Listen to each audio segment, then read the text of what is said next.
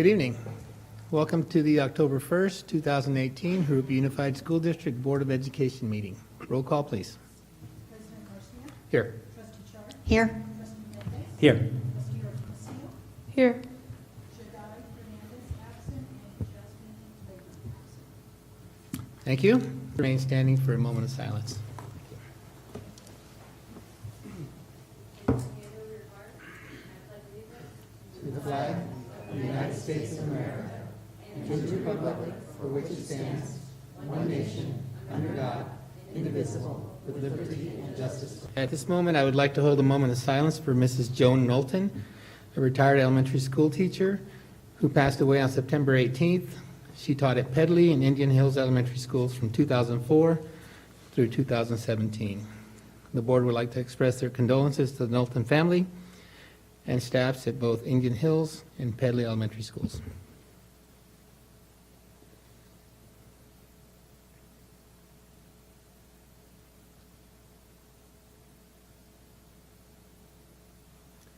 Please be seated.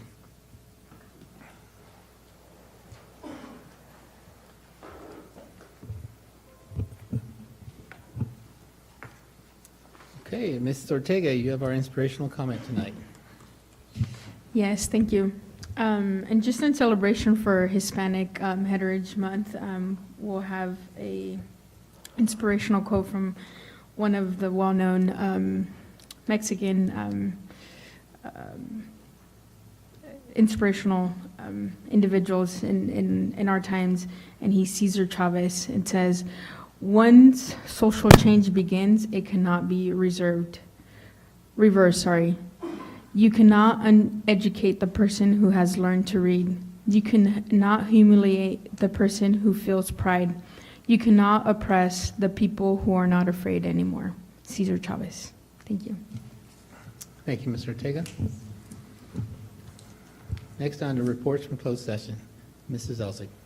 Thank you. In closed session, the board voted with a 4-0 vote to appoint Ms. Selena Collins as a high school assistant principal at Rubidoux High School.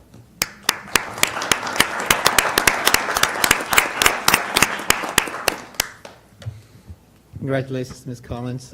We look forward to your success in the district. Thank you. Okay, item number 1, welcome. Want to introduce candidates for November 6, 2018 Governing Board election. Mr. Duchamp. Thank you, President Garcia. The district has a long history of introducing candidates for the Board of Education at board meetings prior to each election. Trustee Bradford is running unopposed in Trustee Area 3 and will not appear on the November 6th ballot. In Trustee Area 1, running is Robert Garcia, incumbent, and Tara Fogliasso. In Trustee Area 5, Don Brewer and Melissa Regal. Thank you, Mr. Duchamp. On to 1B, 2018-2019 Student Board Members. Mr. Duchamp. Well, I would like to call on Camille. Are you going to do the report for your friends? We'll just hold you to yours. So.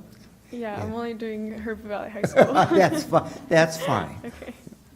All right, good evening. To recap on this past month's September events, on September 19th, the JVHS Jagmigos hosted a group of foreign exchange students from Argentina. This event went very well. The Jagmigos toured the group through the campus and split into smaller groups to attend their second and third periods. After, they reunited for lunch. We also had the honor to have Assistant Superintendent Dr. Hansen there with us. He shared his experience as a young man in Argentina. We greatly appreciate your visitation and company, Dr. Hansen. Our choir department had their first choir concert on September 20th. It was truly a pleasant and successful evening hearing their fall selection music. Their next concert will be in December. On the same day, September 20th, the JVHS Engineering and Innovation Program hosted Congressman Mark Takano to visit and interact with the technology and programs that students learn. Some engineering students also had the opportunity to sit down with Congressman Mark Takano for a Q&A session. Later on that evening, Congressman Takano held a town hall meeting at the JVHS Theater. JVHS and its engineering program are very honored to have hosted Congressman Mark Takano. The Hall of Fame event was held on September 27th and was a huge success. We recognized Diana Pine, Nate Haas, Will Murray, and Veronica Zepeda-Cashman. The following day was an incredibly busy yet exciting day for the Jags.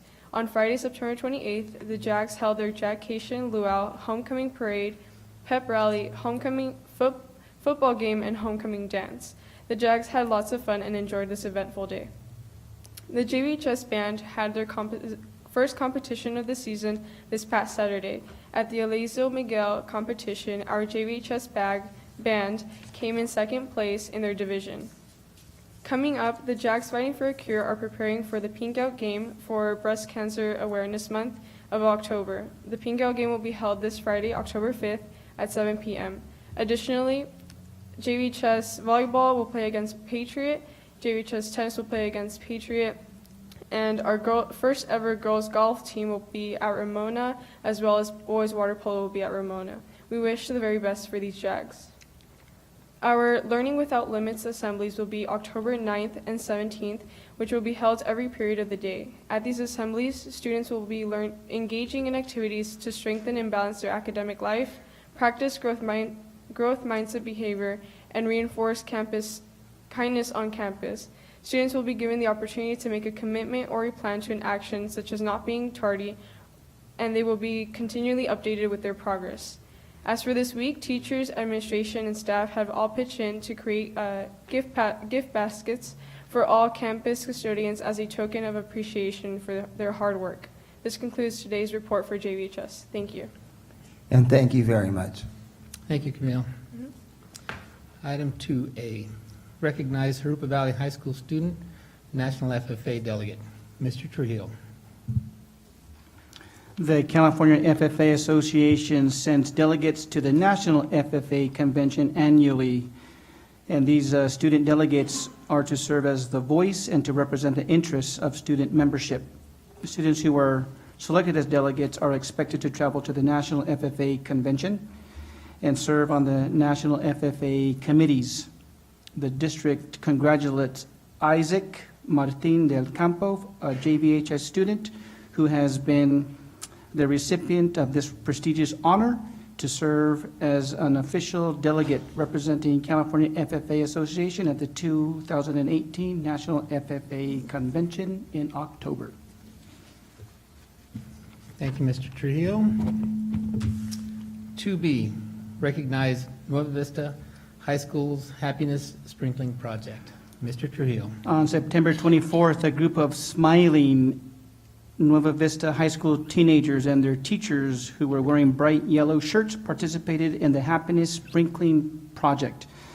The Happiness Sprinkling Project is a way for students and their teachers to bring joy and hope and a burst of light to others, and we're happy to recognize the Nueva Vista High School and their students and teachers for this effort. Thank you, Mr. Trujillo. And I believe there's two teachers here from Nueva Vista who are sitting shyly in the back room, Karen Lancaster and Connie Balthazar.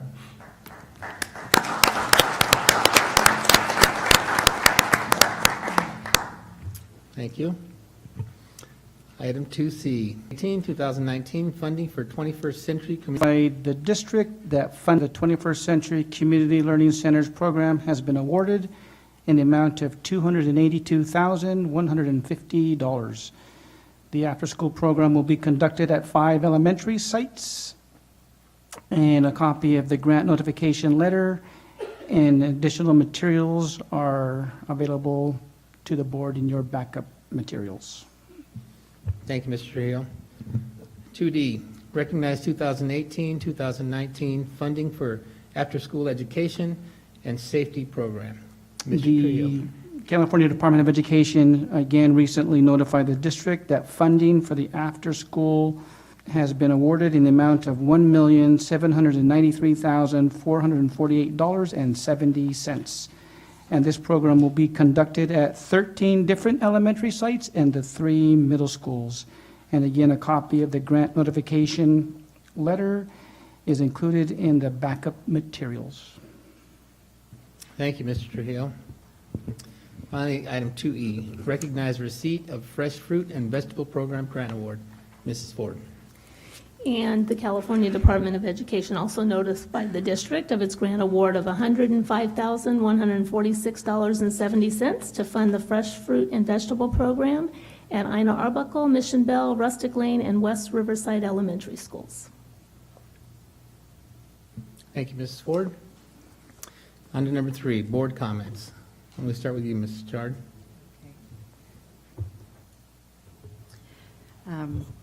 Well, I'd like to welcome everyone here. It's kind of a sad day in some areas. I know here in our community we had a couple people who were in Las Vegas last year enjoying a concert and lost their lives. And there were 58 from Southern California that were there. And if we think about this, seems like our tragedies are happening more often all the time in larger numbers, but as the people in Vegas are saying, we're not Vegas strong, we're stronger. And I think all of us need to think about that when we come together. Nueva Vista, thank you so much for your the happiness that you brought out. I hope next year I can see that. I'm sure that there were a lot of smiling faces for your people standing in the area where they were, and it just seems like we all need a little of that to brighten our days, so maybe you can make it more often. I want to congratulate the Martin Del Campo for being chosen as an FFA representative, and I know he will honor our district well. It's good to see that our students are participating in these, are being chosen to participate in the state activities for FFA, and all of our organizations that we have. If they have an opportunity to do that, we need to stand behind them, and hopefully he'll come and report on what the convention when he goes to it, and tell us a little bit about his position there. Also, it's nice to see the grants coming in for that we receive. All of those are just so, they help the district so much, and the students really appreciate them. The after-school programs are well appreciated. I remember going to a PTA convention when, at the time, Governor Schwarzenegger was trying to get an after-school program going, and now we've had one here in our district that got off the ground, and we've had it for like 10 years now. I mean, it's a wonderful program, and to see it continuing every year with us, it is wonderful. And the fruits and vegetables, I know those really add to the students. They really enjoy those. Those are schools where the kids a lot of times don't get that kind of stuff. All mom can afford to get, or dad or the family, is just the basics, and so they don't get a fresh fruit or all that.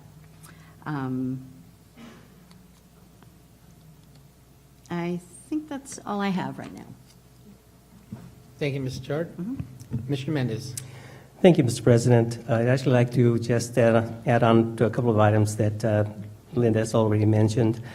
First and foremost, of course, congratulations to having representation here at the National Convention, FFA Convention from our district. I mean, what an honor that is for the students and the staff, and of course all of us that bask in the glow of that kind of recognition. So thank you very much for that. In terms of the sprinkling happiness, it's so nice to hear positive things happening in the world, again, in light of so many things that we hear these days that aren't quite as happy thoughts. And, in our society in general, and in our political life these days, it seems to be just nothing but attacking people rather than talking about what you have to offer, in terms of being able the nation, on any entity, whether it's a school board, whether it's a state office, whether it's the national senate or anything of that nature. It seems so sad that it deteriorates oftentimes these days to just confrontations and negativity. So sprinkling kindness hopefully will touch those people in all parts of the world as well too. And I understand that actually from previous times when this has taken place that when you do it out in the like the street corners or something, you actually get positive responses from the people going by as well. So that must be an awfully good feeling to have happen to those participants that are doing this. And then lastly, in regards to the tragedy in Las Vegas, I was actually going to touch upon this mostly on my report at the end of the board meeting, because it kind of goes in line with one of the items that was presented at the meeting. And that was that a retired police officer from Lubbock, Texas, I believe it was, did a presentation to the committee, and they find themselves in a situation where there's an active shooter situation, what to do and what not to do. And it was very beneficial, and none of us really know in this day and age when we're going to find ourselves in that. Just this weekend, my son went to a concert in New York. That's where he lives, and he and a friend of his were at this concert in a park. I'm not sure if it was Central Park or one of the other parks there in New York. And he called, he said, "Dad, I just want you to let you know that in case, you hear anything, that somebody shouted here that there were big shots being fired." And so we all scattered, away from the concert, and we were kind of trampling all over each other. I lost my phone. I don't know where I dropped it. I don't know what happened. He said, "I just called to let you know that it's fine. Nothing really happened. But somebody just, or for some reason, the crowd just started running, all over the place." And so, thank God, that in that situation, it wasn't that serious. But in this day and age, again, it was nice to have sat there and heard this professional that has trained like over 8,000 people all over the country in terms of how to respond in those kind of situations, not only for your own safety, but for the safety of others as well, too. So, thank you. Mr. Mendez. Ms. Ortega. Yeah, and on that note, we attended the town hall, Mark Takano's town hall, and that was actually one of the topics that was brought up by a lot of our community members, that what are we doing with gun control and how are we preparing for that in our communities. And I think it is a topic that we should be concerned for the safety of our kids and our families here in our community. So it was really interesting to see how our representatives are answering local level. And overall, it was a really interactive. And Mark Takano, I saw him shake each and every one of the students in Jurupa Valley's hands. So it shows how much he cares. And he was a teacher once too. So coming back to the educational system, I'm sure is near and dear to his heart as well. So kudos to our representative Mark Takano, and thank him for that service. And then another recognition that we have for tonight is actually one of our student board members, Camille. Actually, I found out that she's the chair of the California Association of Youth Courts.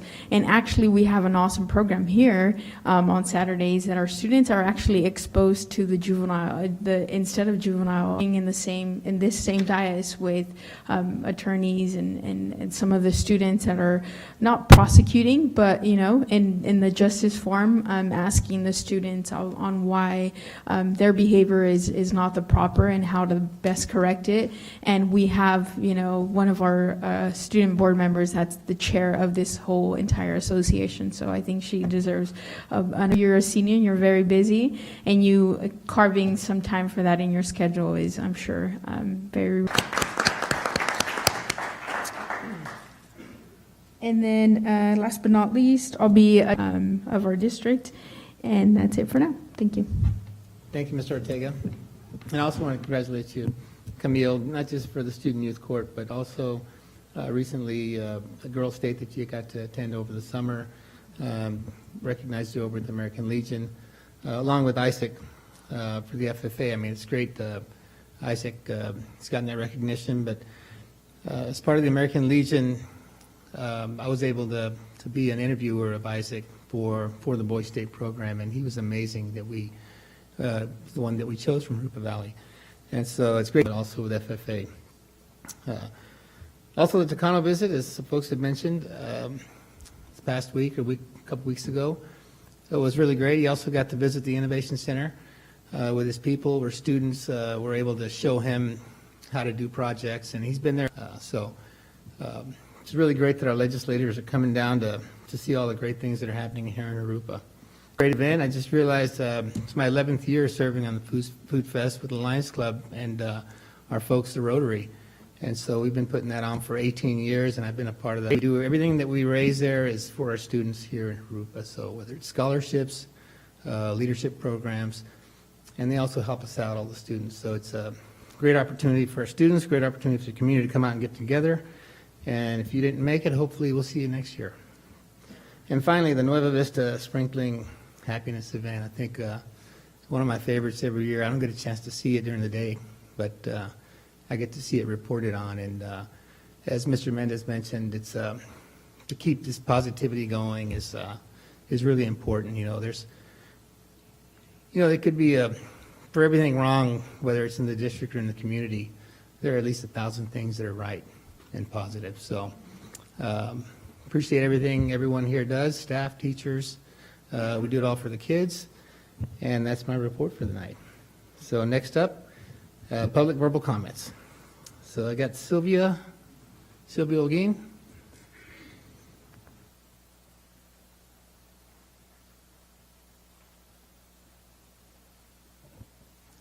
I have received Glen Avon Avenue. The administrator there made the decision not to have grass at that school. If you go and visit that school, there's patches of grass. There's more mud than anything. In the kinder area, it's all dirt, and when it rains, those kids get a mess. I know that you're going to be upgrading that site, but there's no reason to stop watering it. And I was told that they were told that people didn't know that the sprinklers weren't working. All you got to do is go down there and look at that field, and clearly you could see that the sprinklers aren't working. Parents are really upset. Their kids are, when it rains, they're coming home muddy from all the mud that is there, because there's plenty of mud. There's just not no grass so that they could sit on or enjoy. According to them, this has been an ongoing issue with Glen Avon. They said their school looks like a prison. It's not something to take pride in. But those kids, I'm sure, want to have pride. And so do their parents. So anything that you as a board, if you have to, drive down there yourselves and go look at the condition of that school, do it. Don't just say, we'll do it.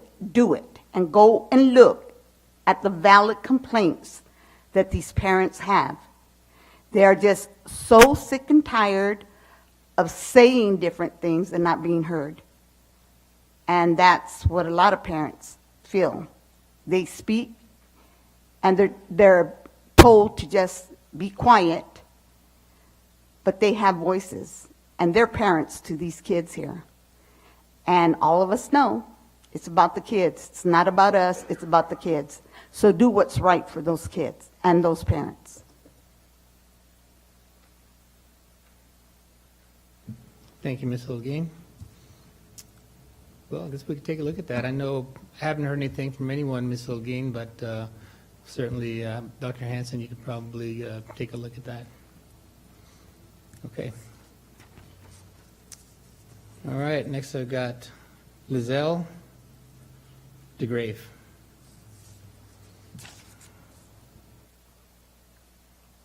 Good evening, President Garcia, members of the board. My name is Lacelle DeGrave, and I run the school education programs at Western Municipal Water District.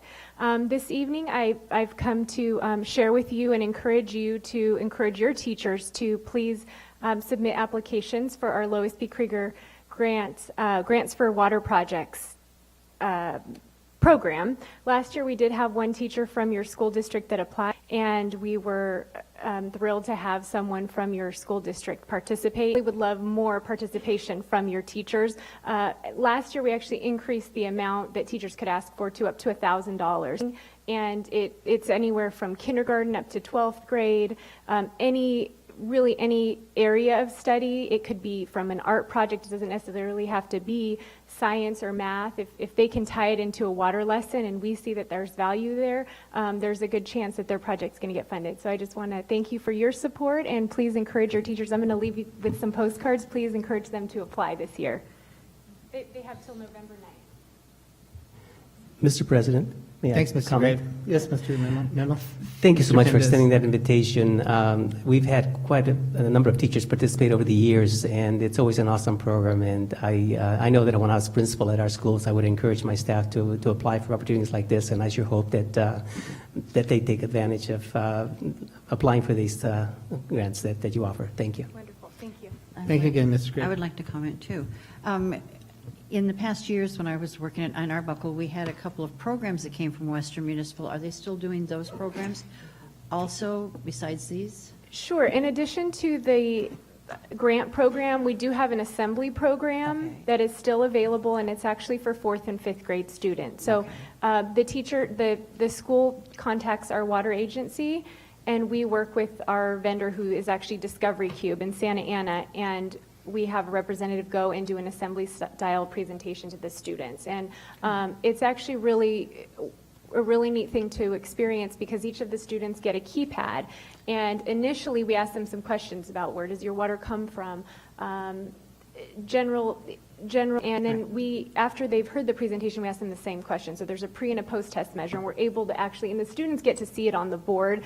At first you kind of have, something think this, something that, something this, and then at the end you can clearly see. You always have those few that intentionally want to hit the wrong answer. I think they just like to say, oh, look at, I'm that no. But overall, you do see that change from the pre-test and the post-test. So we do have those available.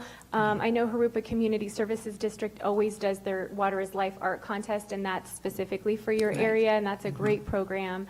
A lot of community involvement there. So we do have that, and being that, how it works is Western is actually the wholesaler. So for your schools, you're probably purchasing water from Jurupa Community Services District, but they purchase water from us. So being that we're the wholesaler, we provide resources to them that eventually end up in your schools.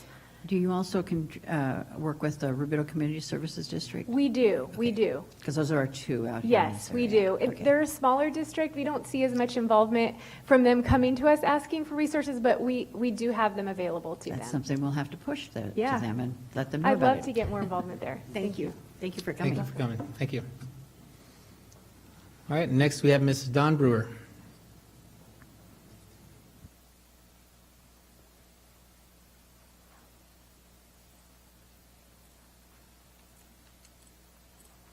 Good evening. And while you're checking schools, Indian Hill looks terrible too. I was out there this morning, how our campuses are looking. But my concern tonight is the LCAP. And tonight you've got the county approval for the budget and the LCAP. And when the LCAP first came out, and I know it was quite a lengthy document, I don't remember hearing any questions about how we're doing educationally. So tonight, on your page 2 of that document, you have a graph, however you want to say it.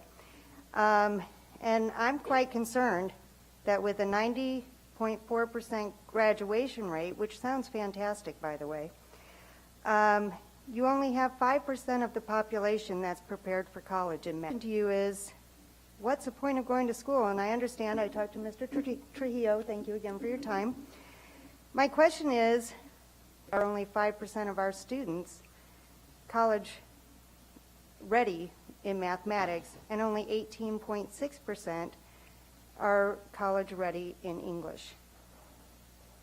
This is a shocking. Quite frankly, it's shocking, and I'd like to know what the board's plans are to educate our students. These results are at the end of 11th grade, so I'll say 12 years, not 13. But I'm guessing in 12th grade, they're not going to get that much smarter in math or English language arts. That's their senior year. And I know it's only one of the criteria to measure whether kids are college ready. But in talking with Mr. Trujillo, we agreed that in today's society, whether you're going to college, to trade training, or to a university, whether you're going RCC university or a trade route, that the skills that you need, especially in mathematics, is a college level.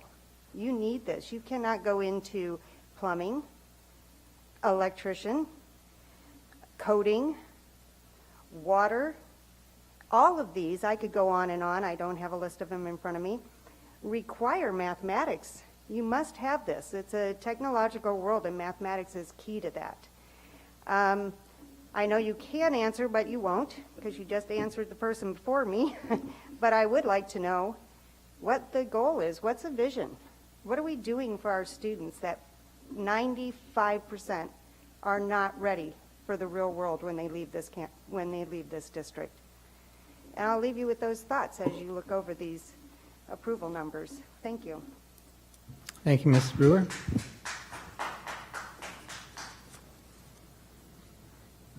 Okay, I've got no more speaker cards, but if anyone else would like to speak, more than welcome to approach the podium. Okay, we'll move on. Item number 5A, review approval of 2018-2019 local control accountability plan and 2018-2019 adopted budget. Mrs. Ford. Thank you. The Riverside County Office of Education has notified the district that the 2018-2019 Local Control Accountability Plan and corresponding 2018-2019 adopted budget have been approved. Under LCFF regulations, the County Office of Education will annually review the district's Local Control Accountability Plan, the LCAP, to determine if it adheres to the State Board of Education adopted template, making sure that the budget includes sufficient expenditures to implement the actions and strategies that are included in the plan, and that the plan also adheres to the expenditure requirements for funds apportioned on the basis of the number and concentration of unduplicated pupils.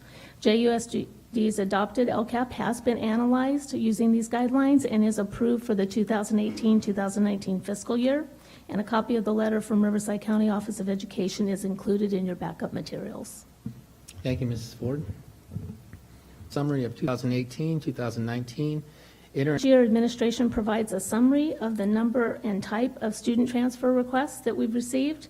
There were 1,036 students involved in open enrollment transfers within the district boundaries. These are inter-district transfers. A summary of the outgoing and incoming number of transfers by school is provided in your backup materials. So you have a sheet for each of those for the incoming and the outgoing at each school.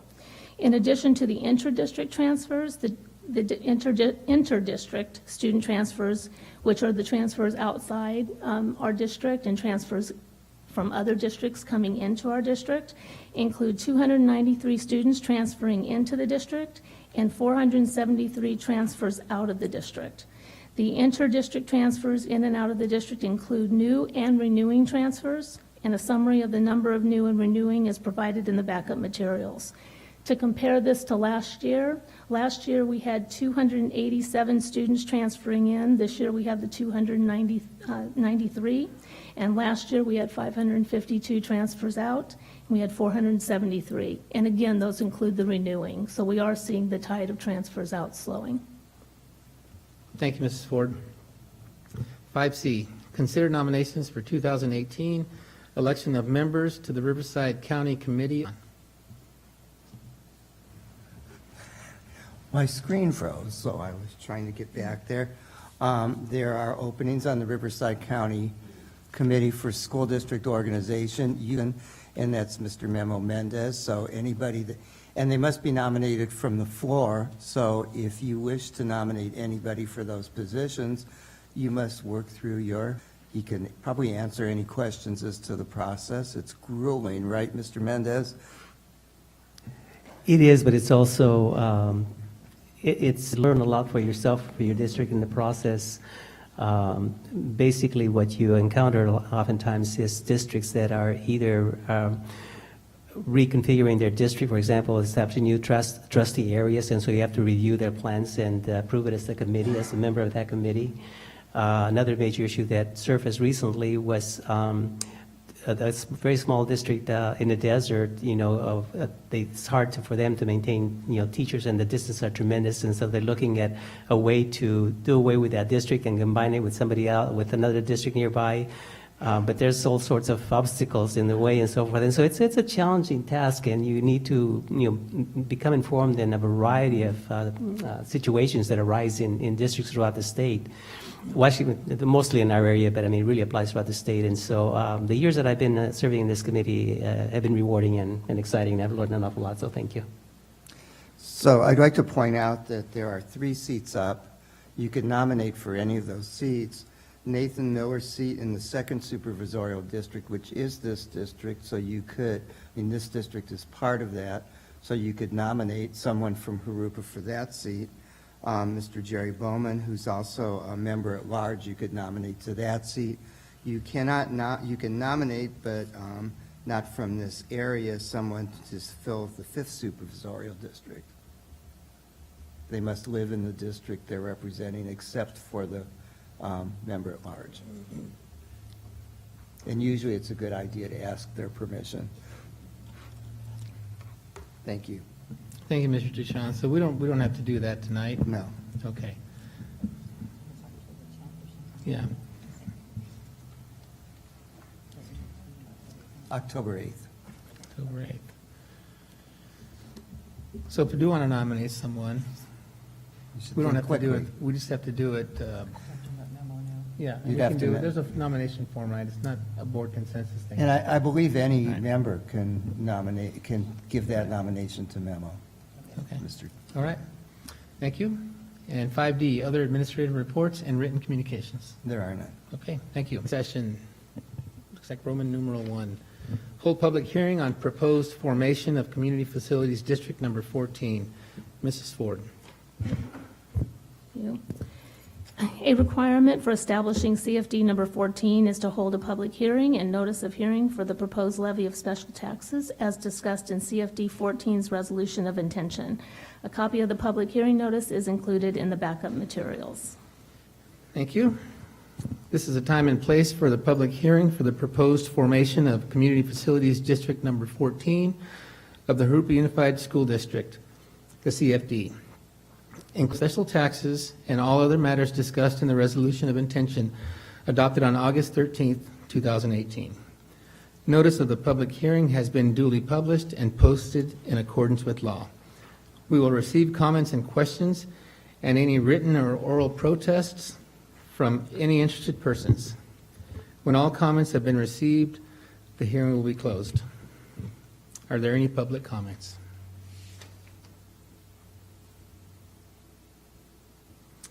Okay. The public hearing is hereby closed. No written protest to the formation of the CFD were received. Okay, on to the action session.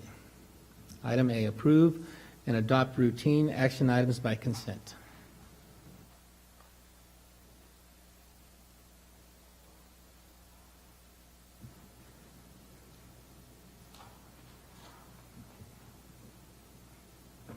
Make a motion for approval. Move for approval. That'd be a second by Mr. Mendez.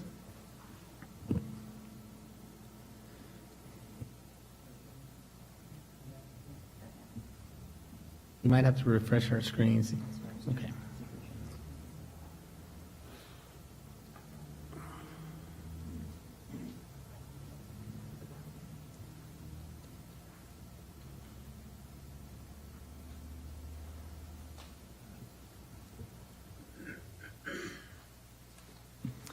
Motion passes 4-0, excuse me. Okay, item B, approve new high school course plan, visual arts. Mr. Trujillo. The following new course was recommended by Instructional Council on September the 18th, 2018. The course title is Visual Arts. This course offers high school students an in-depth overview of art throughout history, with lessons organized by chronological and historical order and world regions. Students enrolled in this course will cover topics including everything from the early medieval and Romanesque art through the 12th to the 19th centuries, as well as modern European and American art. A copy of the course plan is included in the backup materials. Should you be interested in learning more about the new course? Move to approve. A second. Motion by Mr. Mendez, second by Mrs. Chard. Any questions or comments? I Mrs. have a Chard. question.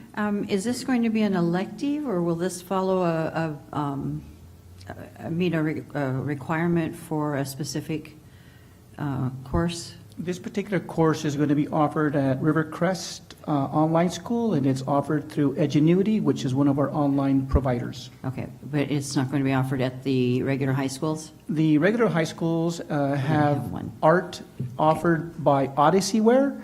The Edgenuity course is a little bit more rigorous, and it's new, and we're going to begin it at good. Rivercrest. Thank you. I have a comment, Mr. President. Okay, Mr. Mendez? When can I sign up? Yeah. Any other questions, comments? Okay, let's call for the vote, please.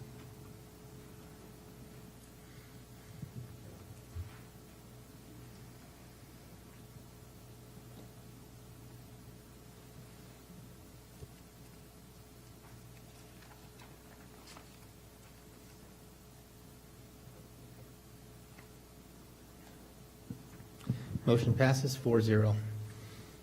Item C, approve career technical education facilities program grant for submittal to California Department of Education, Building and Construction Trades, CTE pathway.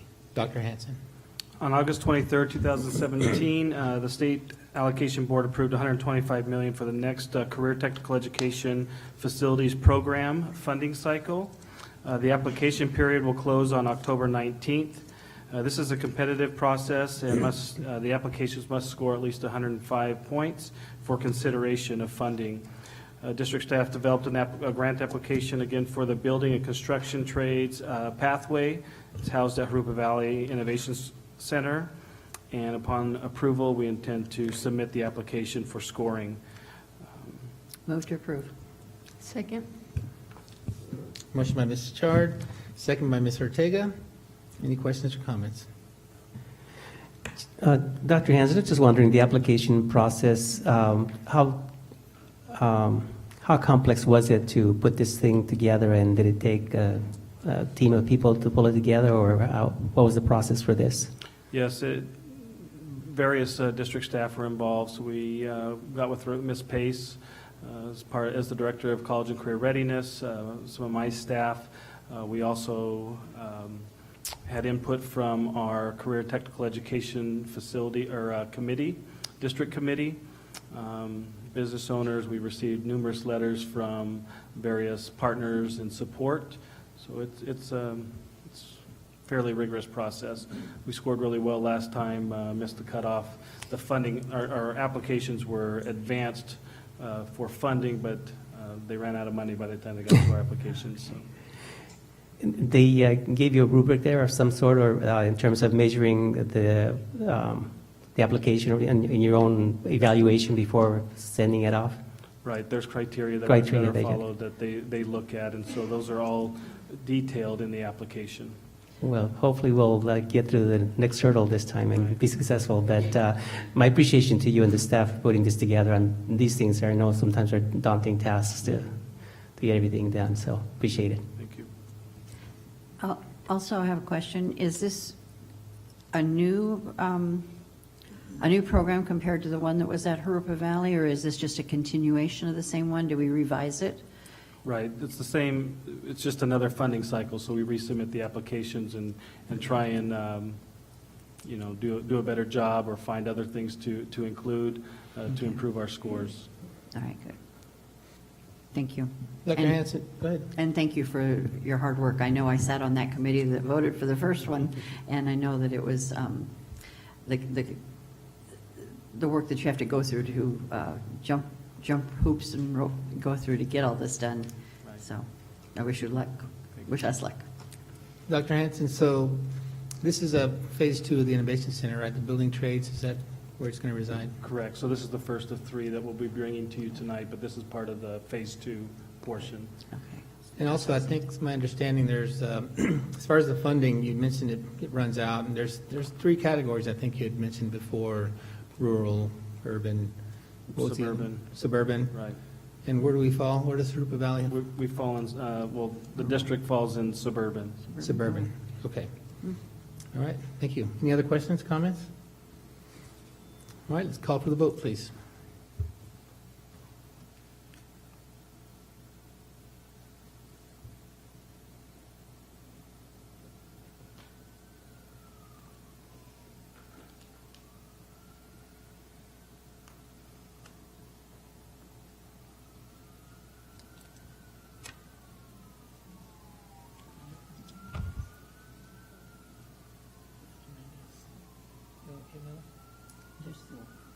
Oh, there is.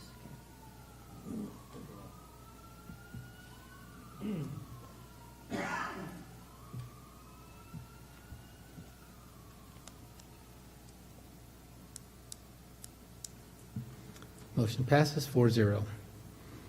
Item D, approve Career Technical Education Facilities Program Grant for submittal to California Department of Education Engineering Design Pathway. Dr. Hanson. This is another application for the engineering design pathway that is also housed at Jurupa Valley Innovation Center. Move to approve. Motion by Mrs. Chard, Second. second by Ms. Ortega. Any questions or comments? Okay, let's call for the vote, please.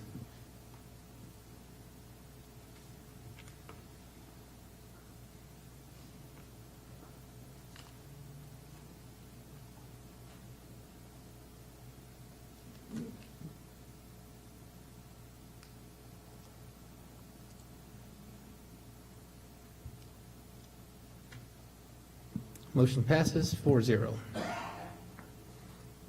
Item E, approve Career Technical Education Facilities Program Grant for submittal to California Department of Education Production and Managerial Arts CTE Pathway, Film Video Production Sub-CTA Pathway. Dr. Hanson. So this is number 3 of 3. This program is housed at Rubidoux High School. Move to approve. Motion by Ms. Chard, Second. second by Mr. Mendez. Any questions or comments? Is this an upgrade of the program that's already there, or is it, like you said, phase 2? This is phase 2 of the program that's going on now, or is this a whole new program? Same program. It's to try and recoup some of the dollars spent to modernize the facility Okay, and equipment. okay. All right, any other questions, comments? Okay, let's call for the vote, please.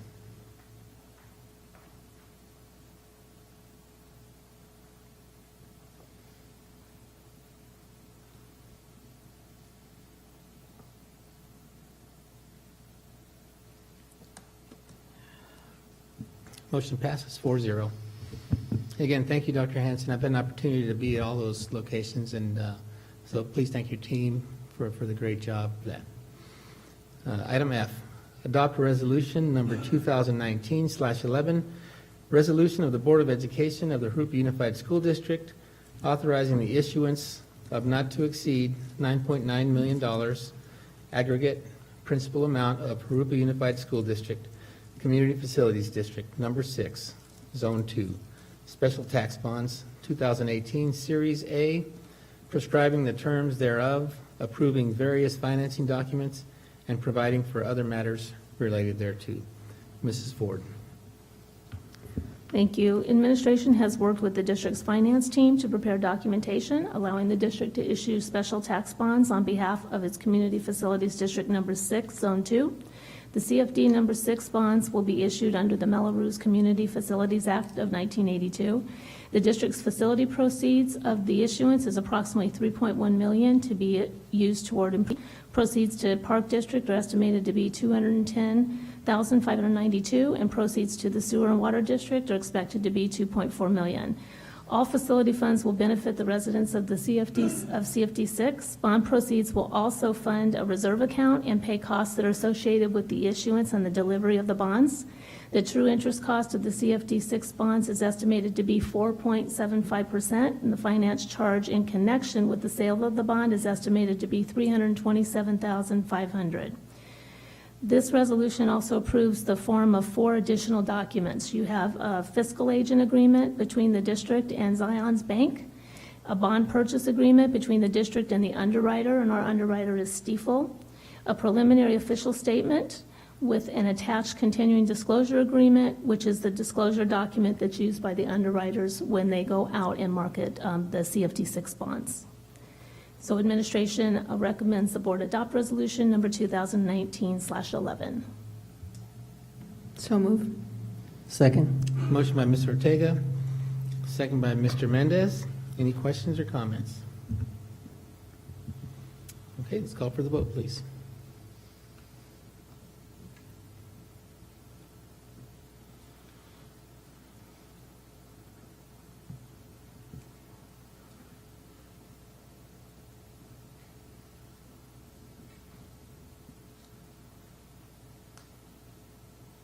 Motion passes 4-0. Item G, adopt resolution number 2019/12, determining the validity of prior proceedings and establishing Community Facilities District number 14. Mrs. Ford. As a required step in the formation process, the board is to consider adopting resolution is known as the resolution of formation to validate prior actions related to CFD number 14 and take the necessary actions to form CFD number 14. Copies of the resolution and the Community Facilities District report has been included in your backup materials. Administration recommends the board adopt resolution number 2019/12. Thank you, Mrs. Ford. So moved. Second. Motion by Mr. Ortega, second by Mrs. Chard. Any? Okay, let's call for the vote, please.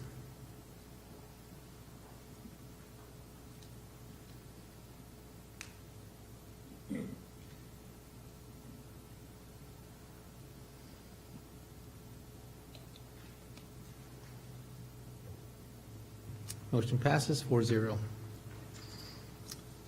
Item H, adopt resolution number 2019/13, acting as the legislative body of Community Facilities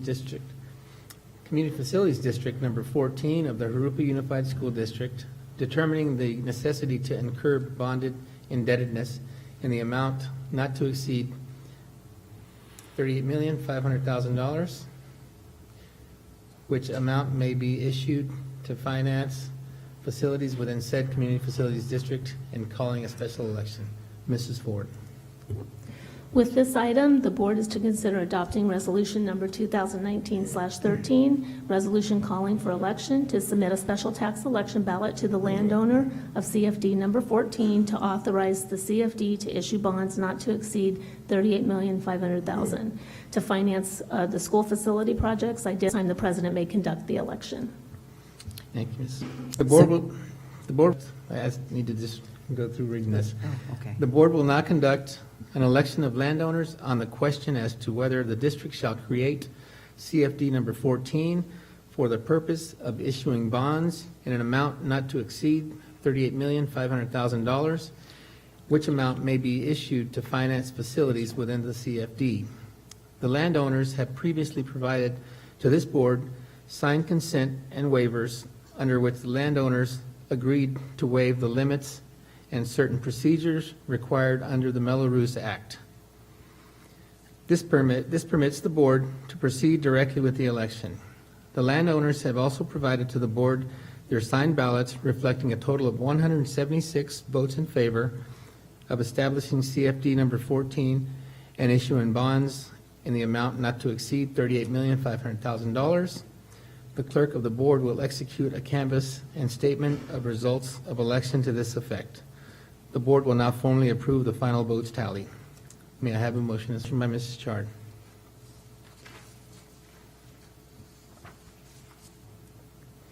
Okay, let's call for the vote.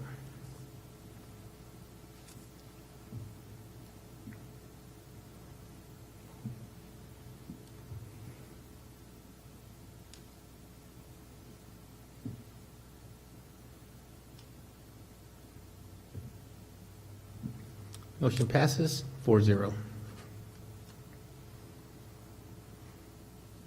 Item I, adopt resolution number 2019/15, approving and authorizing of a school facilities funding and mitigation agreement.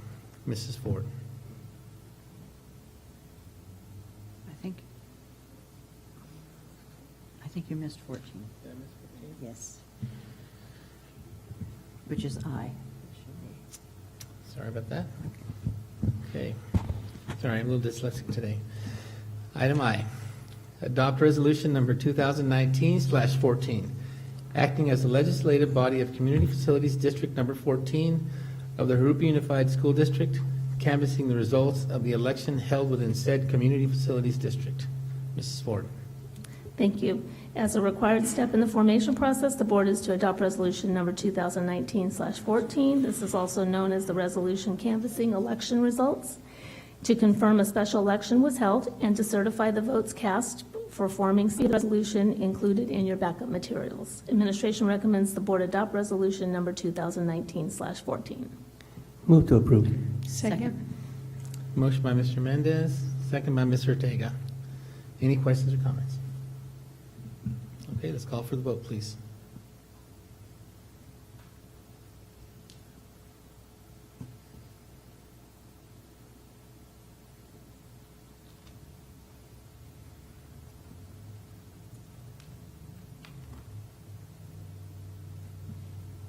Motion passes 4-0. Item J, adopt a resolution number 2019/15, approving and authorizing execution of a school facilities funding and mitigation agreement. Mrs. Ford. J.A. Bray LLC and Parkview Rubidoux LLC has presented an offer to enter into a school facilities mitigation and funding agreement for the formation of Community Facilities District Number 14. As the board is aware, the CFD is a financing mechanism provided by the district to developers to mitigate the school facility impact that results from the proposed new development.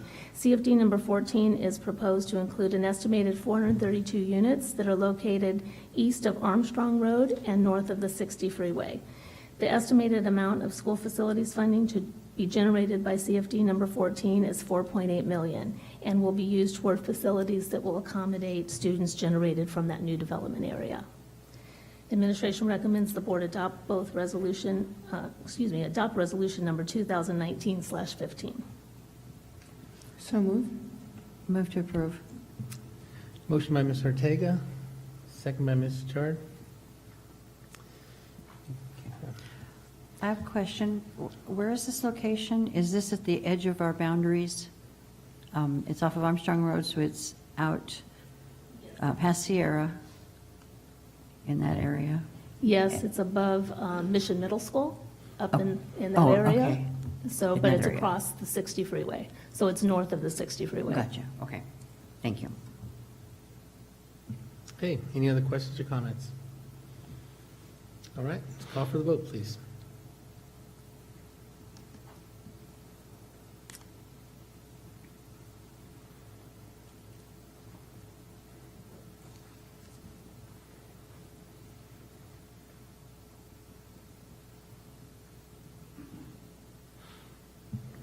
Motion passes 4-0. Item L, review at a first reading ordinance number 2019/02, ordinance of the board.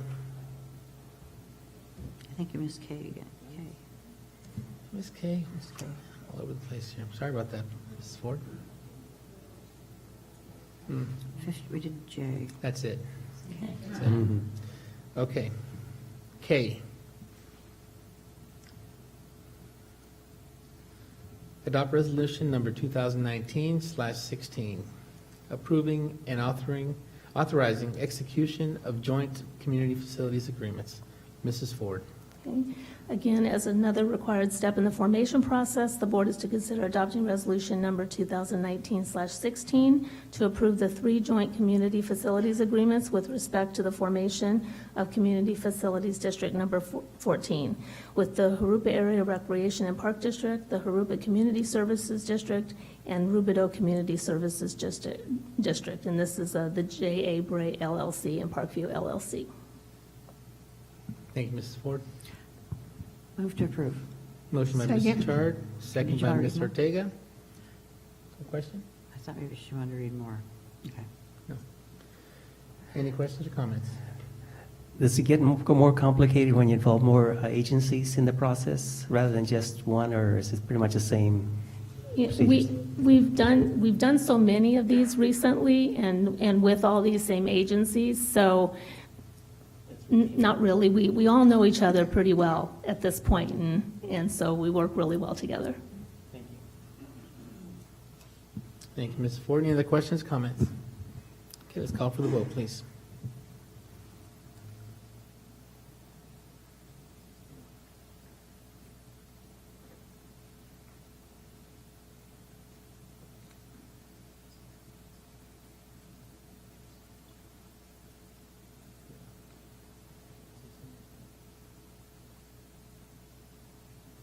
We're on L. Thank you. Motion passes 4-0. Item L, review at a first reading, ordinance number 2019/02, ordinance of the Board of Education for the Jurupa Unified School District, District number 14, Jurupa Unified School District, authorizing the levy of a special Reading ordinance number 2019, Facilities District number 14. Then authorities. No action will be taken tonight on this. This is the first reading. In accordance with the Mello-Roos Act, the board shall conduct this first reading of the proposed ordinance, but no action again needs to be taken. Thank you, Mrs. Ford. That's at the next meeting. Okay, item M, adopt resolution number 2019/17 in support of applications for eligibility, determination, and funding in the school facility program when bond authority is exhausted. Dr. Hanson. Yeah, the Office of Public School Construction recently announced that the new construction bond authority has been exhausted based on the applications that have been submitted. However, they allow us to continue, or districts to continue to submit applications if there's a resolution passed, and that's what this resolution does. It allows us to submit applications, then they are placed on what's called an acknowledged list, with the understanding that they won't receive any substantial review, but it kind of shows the state that there a need exists, even though the money has been exhausted. So that's what this resolution does. It allows us to continue to submit applications for any new construction project in the future. Thank you, Dr. Hanson. So moved. Motion by Mr. Mendez, Second. second by Mrs. Chard. Any questions or comments? So in essence, there's no real reasonable expectation that any funding would come with this at all, just let them know that we still need it. It's really to show the state that there's The need. needs continue to exist throughout the state for new construction bond authority. Thank you. Any other questions, comments? Okay, let's call for the vote, please.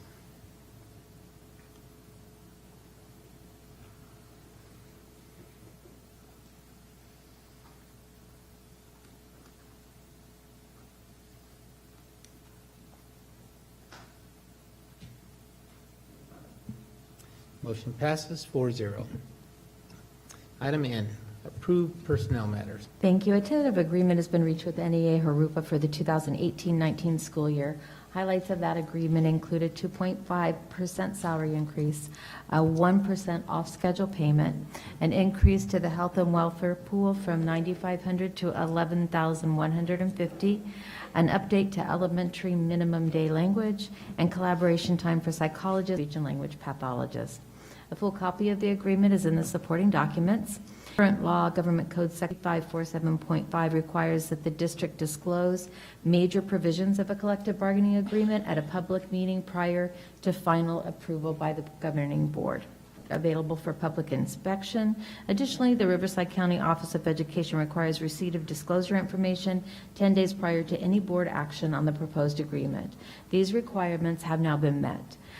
A complete copy of the disclosure of the collective bargaining agreement is also included in the backup materials. Administration recommends the board ratify the tentative agreement between NEA Jurupa and the Jurupa Unified School District. Thank you, Ms. Elsie. Thank So you. moved. Motion by Mr. Ortega, Second. Oh. second by Mrs. Chard. Any questions or comments? Yes, Mr. President, I have a comment. I know a lot of work went into this process, and I just want to extend my appreciation to everyone involved in crafting the final agreement and bringing it to the board. It's really good to see it on the agenda for today. Thank you. Thank you, Mr. Mendez. Anyone else? Okay, let's call for the vote, please.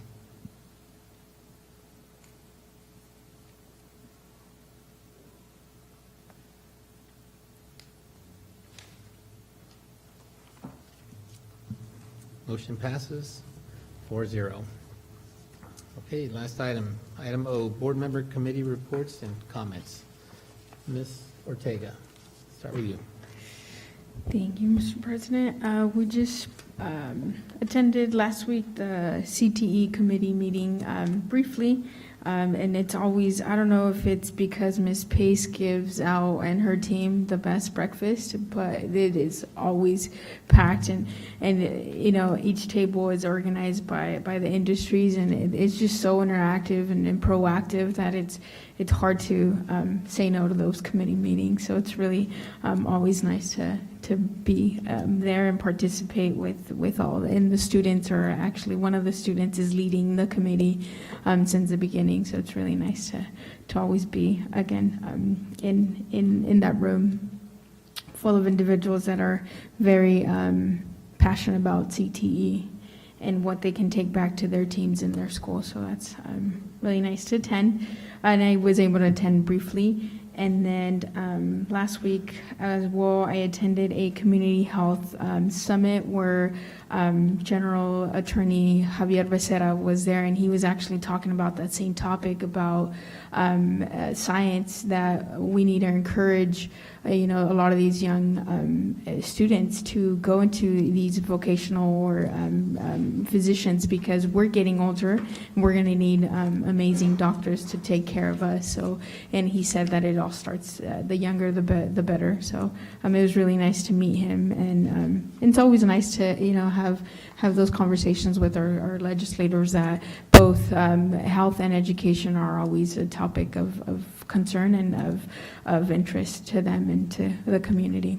And that is it for me. Thank you. Thank you, Mr. Ortega. Mr. Mendez.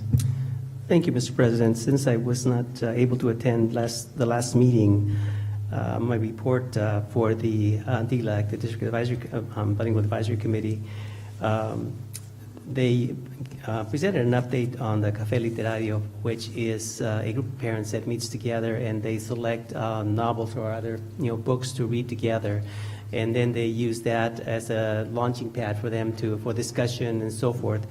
But this has been in existence now for over 10 years. And the other thing that really is interesting here is that where it started with a handful of parents that met, I believe it's about once a week, to do this, to read and discuss various readings, that now it has branched out into several groups, and so there's many more parents involved.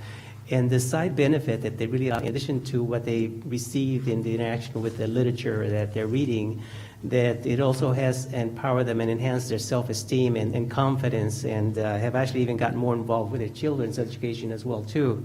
So it has some side benefits in addition to just kind of a coffee, you know, clutch kind of club. So it really has gone way beyond, I think, what it originally had been intended, which is really great to hear.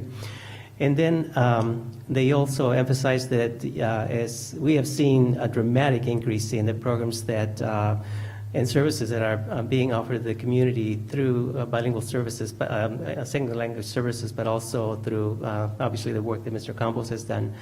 And now the focus is on the younger generation, meaning like 0 to 5 years old, and much more including home visits and other aspects of reaching out to parents, and so they continue to expand those programs to our parents in our community to enhance again the benefits for our students in our schools.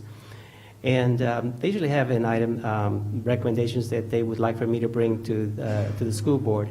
And the only two that they had at this meeting was that they would like to have a program to provide means of dealing with bullying in the schools, you know, for students. And then the second one was dealing with anxiety. A lot of students these days seem to find themselves with a lot of anxiety, you know, in the school that's interfering with learning.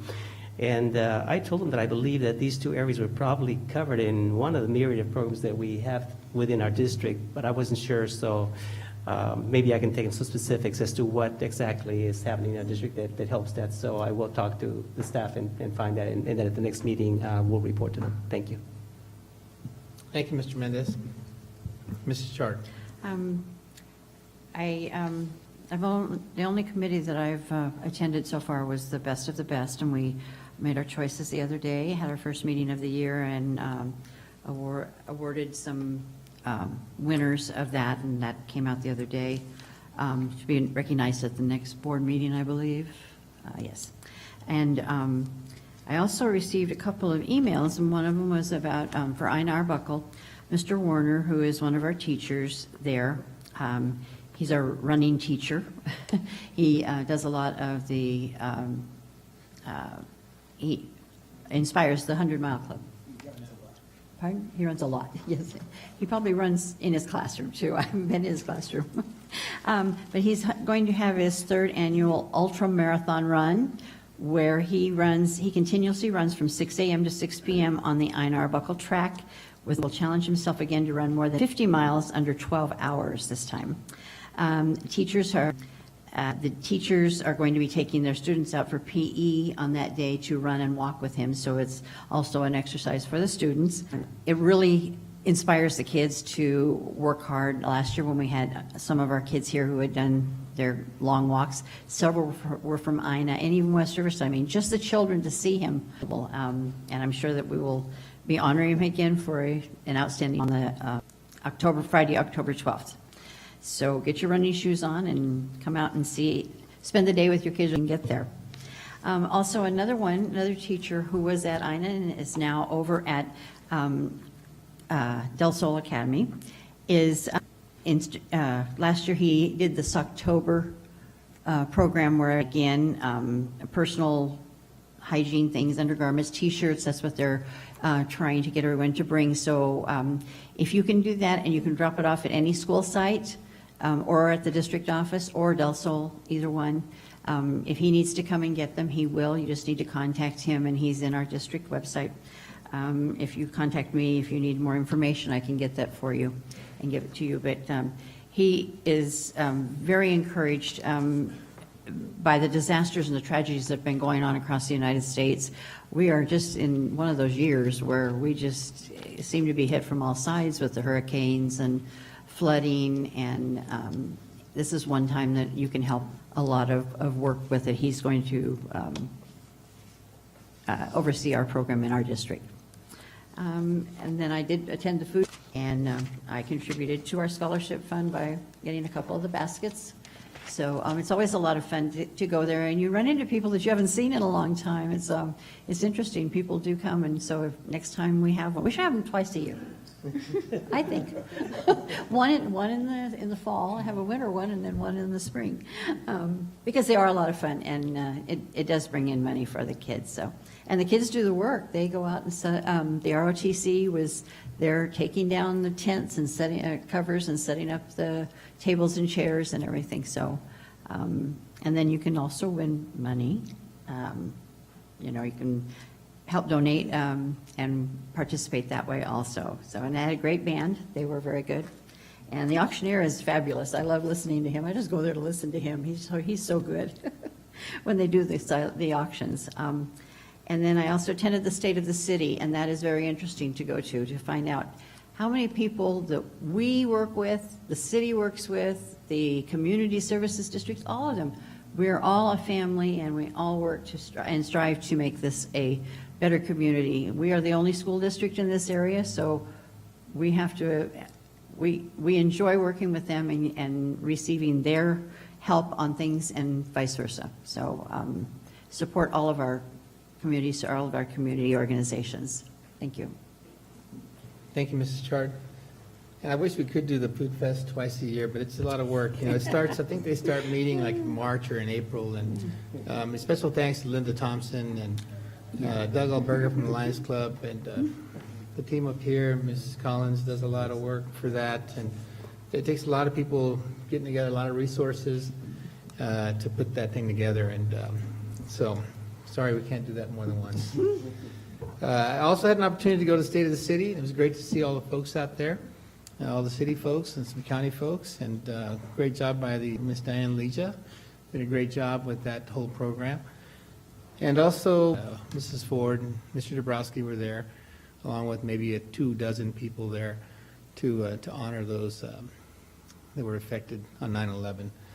And then the beam on September 12th, Mr. Bob Green, his father was a retired San Bernardino County fireman, I guess, and him and two of his buddies drive this beam around, and there's a list of names of all the firefighters that fell that day. And the assignment that Mr. Green and probably other teachers had was for them to pick a name and to do an assignment on that. So great job to Mr. Green. I appreciate all his efforts, his father and his teammates there, effort for that. And finally, I just wanted to touch, say condolences to Mrs. Knowlton on behalf of my family. Two of my kids, she was a fifth grade teacher for two of my boys, my two boys in the fifth grade. And we knew her for probably the last 10, 12 years. And so she was a very special friend for us. And she just retired last year. So it was kind of shocking for us and for, I'm sure, her family. And, just really, you should live life to the fullest and see the good in things. I mentioned this city, but as you drive ways to schools and signs all over the place, I'm sure we all see them and always drive carefully, but not everybody around here does. So remind your friends and neighbors that there are children on the streets walking, and it's just so easy to have an accident. Life is fragile, so we need to do our part in driving safely. And also thank the city and Southern California Association of Governments. I think there were 2 or 3 other agencies, but I can't remember them all. All right. Thank you all for coming, and meeting adjourned.